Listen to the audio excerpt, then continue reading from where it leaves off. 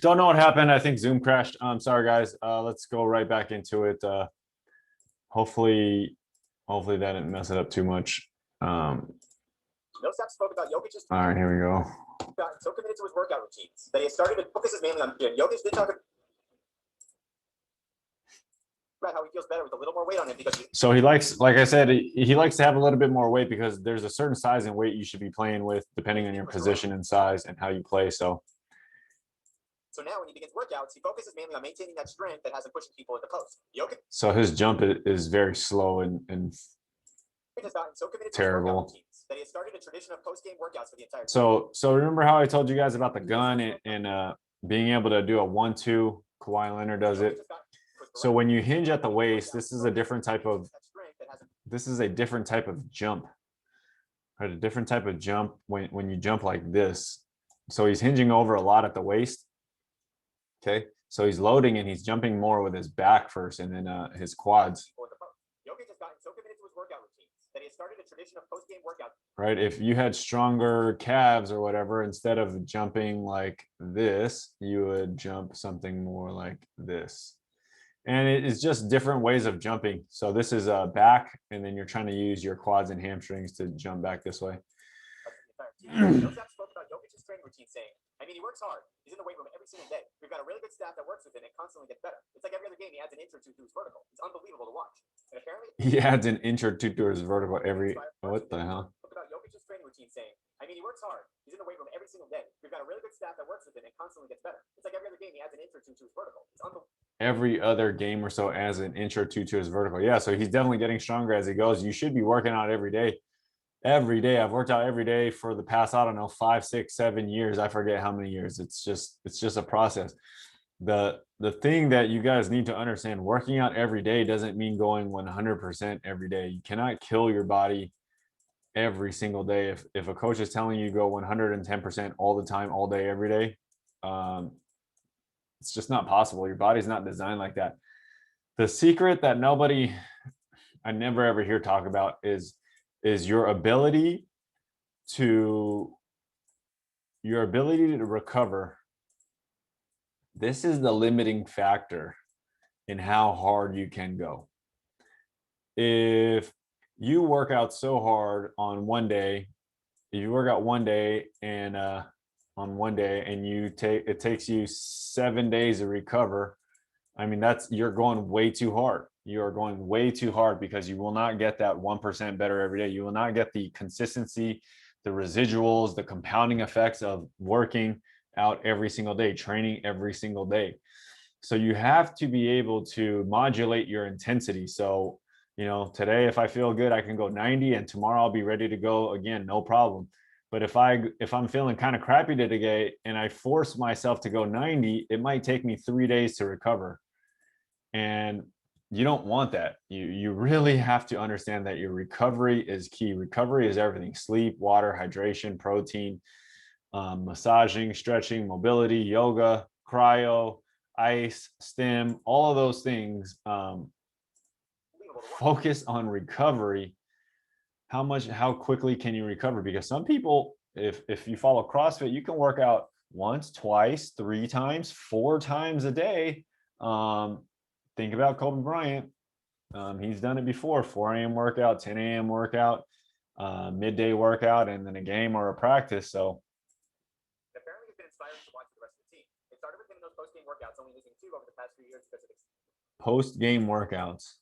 Extenuating circumstances. But then former teammates Juancho, Hernan Gomez, and Malik Beasley started working out with him post-game, forming what they call the 3 Musketeers. Then So post-game workouts, that's what you get. That's what you call a good leader, just leading by example, right? So he's going to inspire somebody. So if you work out by yourself after a game, a post-game workout, you're not killing yourself after a game. A lot of casual fans think these players are killing themselves in workouts after. No, you just do it to maintain your strength or slightly build, because you're traveling between games and seasons and stuff like that. All you have to do is just maintain your strength, because if you're constantly running up and down the court, you're gonna lose weight, especially if you're on a good diet and you're in the game all the time. You're gonna get beat up, banged up. You're just gonna lose a bunch of muscle mass.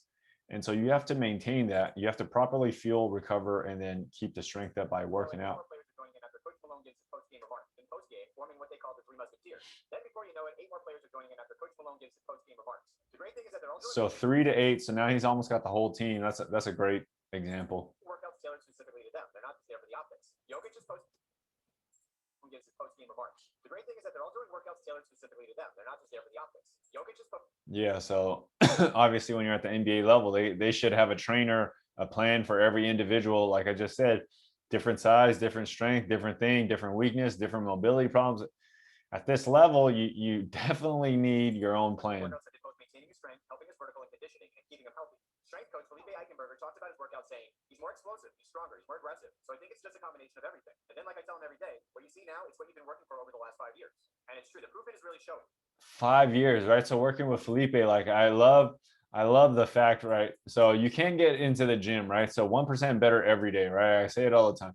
You cannot get in the gym and then if you can barely bench press the bar, you can't just load up 45s on each side and go, right? You got to start with a little 5-pounder. And then, next week you can go a little bit more and you add another 5 and then another 5 and then another 5. It builds up gradually. Everything comes gradually. People think you're going to instantly hit the workout floor and then get ripped or get jacked or be able to bench or squat 300 pounds. It doesn't happen like that. So 5 years in the making. Jokic still has a long way to go, man. 5 years is nothing in terms of man strength, working out. I mean, it's a great start. Don't get me wrong, but 5 years is nothing. Last year, he recorded only 15 dunks over 73 games. This year, he's had 9 in the first 16 games, and they're still coming. While dunks may seem like a not so important measure of his athleticism, Joker's underrated stamina and longevity metrics. 15 dunks. That's horrendous. Jokic hasn't missed a game due to injury since December of 2017. That's more important, right? Missing a game due to injury. Who cares about how many he dunks? He should be getting up there. He should be putting down some stuff. He should be able to bang around and bully some guys. It's not really so much about the dunk. It's about the durability, man. During the playoffs 2 years ago, Jokic played 44 consecutive minutes and 65 minutes in total, which was the most in an NBA playoff game in 66 years. Now this season, he has already logged multiple games of playing 40 minutes plus in a game, once on a back-to-back. That's certainly not something Jokic of 2015 could do, and it's a tall ask for anyone with as high of a usage rate as Jokic. He talked about how misrepresented his physical conditioning is, saying, "To be honest, sometimes it's funny for me just because it's true, and yet I'm still playing in the NBA. Someone said he's not even in shape. I'm playing in 80 games, and he said that I'm not even in shape. And that sentiment is true, even though he doesn't look like it." I say Jokic is in shape for NBA standards, right? For NBA superstar level standards, he is not in shape, but obviously he's in great shape by any regular average human standards. So you got to understand when you're comparing NBA players, you got to compare them against NBA players. If you're going to compare this guy to any normal human being, he's going to destroy everybody in every type of workout. Reminds me of Brian Scalabrine. When people don't understand the difference between a high level athlete and stuff like that, go look at Brian Scalabrine. He was like a scrub and people used to make fun of him all the time. And people don't really comprehend how big, how strong these guys are. They're just a whole different level. Like your average person is here, somebody that works out might be here, you're a really good hooper at the gym. And then maybe you got some college experience.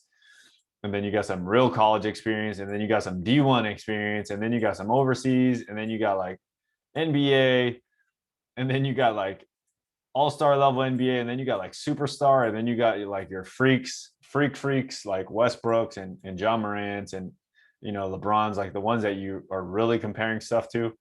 So there are just so many levels in between here, and most people just are delusional, out of their mind. They don't realize how great these athletes are. So let's always keep the perspective on things. Much of a concern anymore. He said it best, saying, "I feel rested. My body's where it's supposed to be. My shape is where it's supposed to be." That's it for today. What do you think about Joker's diet and workouts? Let us know in the comments below, and don't forget to like, subscribe, and I wish I would have saw some more of his diet, but it's just, I'm sure it's just pretty plain rice, sweet potatoes, yams, chicken, lots of chicken breast, turkey, lean meats. That's kind of the standard American get ripped diet. White fish, salmon, tuna, chicken, turkey, chicken breast, more chicken breast, and vegetables and stuff like that. So I'm more curious to see what his workouts were like. I didn't see much of it, but all the backstory on that was really, really great. All right, guys, until next time, take 14 minutes, 24 seconds, or 1% of your day to get better. Peace.